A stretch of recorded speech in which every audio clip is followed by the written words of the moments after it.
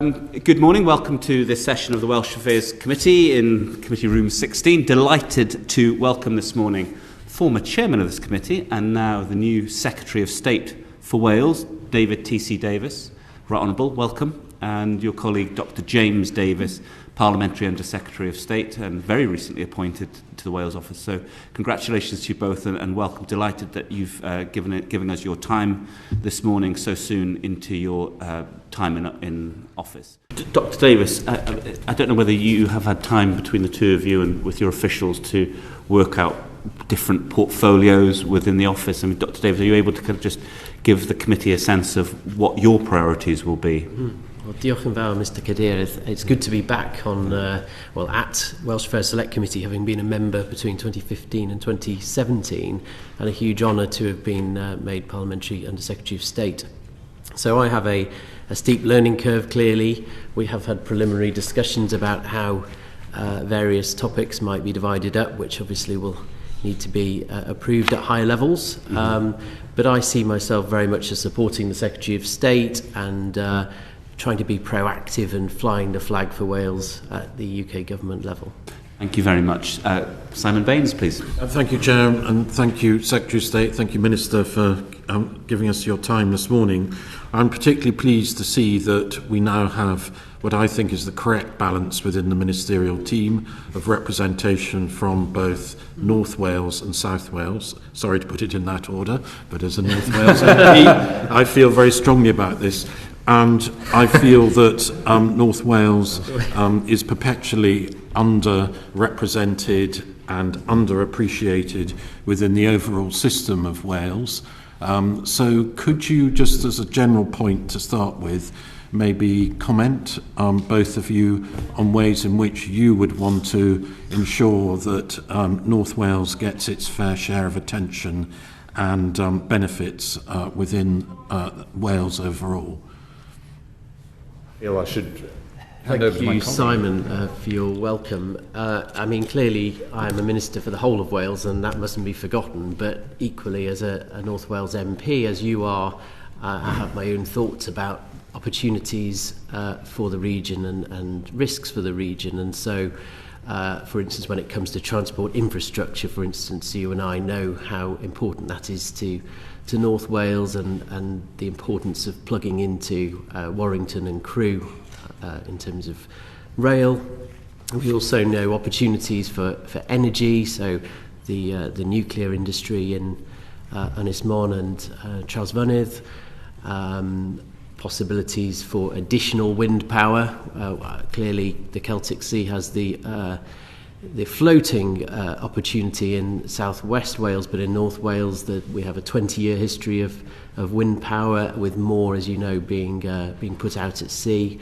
So making the most of that, looking at tidal opportunities as well, something that's really very interesting to me. Plus, of course, the general levelling up agenda and making sure that our communities and seaside towns see the benefit of the government's agenda. Okay, well, thank you for that. And that actually neatly leads into my second question, which is about transport.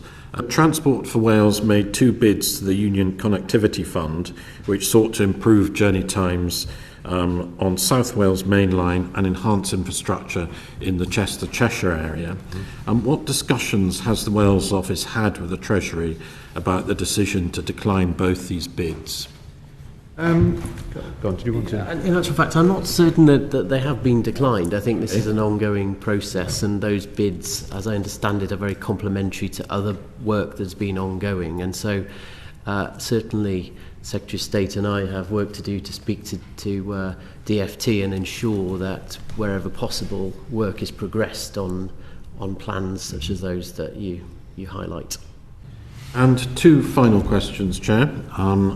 First of it is that for in North Wales, obviously the cross-border aspect of our economic and other lives is vital, Mersey-Dee Alliance and so on. And to what extent do you think, as ministers, there's more work that can be done to build those links across borders? I mean, particularly when I think I'm right in saying about 25% of people in Wales actually go across the border each day to a job in England. And perhaps I could bring in my Yes, colleague. thank you. I mean, it is critical, as you know, to the region as a whole, and I will have to now relinquish my chairmanship of the APPG that oversees that, and perhaps you could take it over, Simon. That would be a one positive for the region.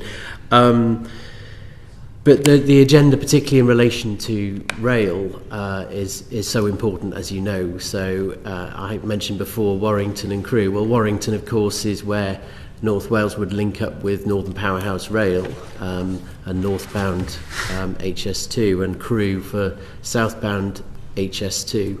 But more than that, regional services, so the fact that you can essentially not use the train effectively to get to Manchester and Liverpool from North Wales, it takes much longer than driving. That is a real problem, and is holding back opportunities for my constituents and yours.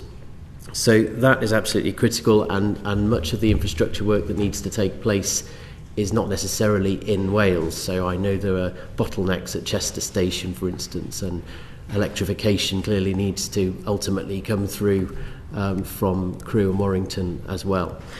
So it is absolutely critical, and merely understanding that fact is a good start in terms of liaising with government and other bodies. Thank you. You mentioned the £18 billion record funding to Welsh Government in 2021, and that was equivalent of £120 per person in Wales, and would be £100 per person from the UK Government in England. You also mentioned that in terms of the distribution of that, it is a matter for them. My concern relates to healthcare, in terms of A&E targets, in terms of that we've got waiting times for treatment, ambulance waiting times, which are significantly worse than in England and Wales compared to the rest of the UK. Where is the accountability? Where is the accountability for this £18 billion? I think what I would add, Secretary of State, is that one of the benefits of devolution was to be that we could compare different policies across the United Kingdom to see which are most effective. So I'm very much of the opinion that openness and transparency and comparison over performance and outcomes is really important, because it helps the democratic choice that our voters have, and also helps drive up standards. So that's what I would be looking to push. And then the last question, you talked about targeted help. We've of course got the budget on the 17th of November. Here in Wales, and we've talked about the cost of living, very rural communities. Many of the businesses and homes rely on off-grid energy for heating. And whilst the £100 is welcome, it's simply as we're going into a cold winter. What conversations have you had with Treasury to really make sure that you fight on behalf of our communities? Yes, I mean, I could come in also. I've had similar concerns, clearly, with rural constituents. I think it's important to remember that virtually everyone has an electricity contract, and therefore they do benefit from the energy bill support scheme, the £400, in addition to the energy price guarantee on electricity. When it comes to alternative fuels, I believe the increase in cost of natural gas for those on the grid, once the energy price guarantee has been factored in over the last year, is 130%. The equivalent figure for oil is 147%, so the £100 makes the difference between 130 and 147, bringing the 147 down to 130. But I think it's really important that the cost of oil and other alternative fuels is monitored closely, because clearly if they go up more than natural gas, then that figure may need to be re-examined. Thank you, Mrs.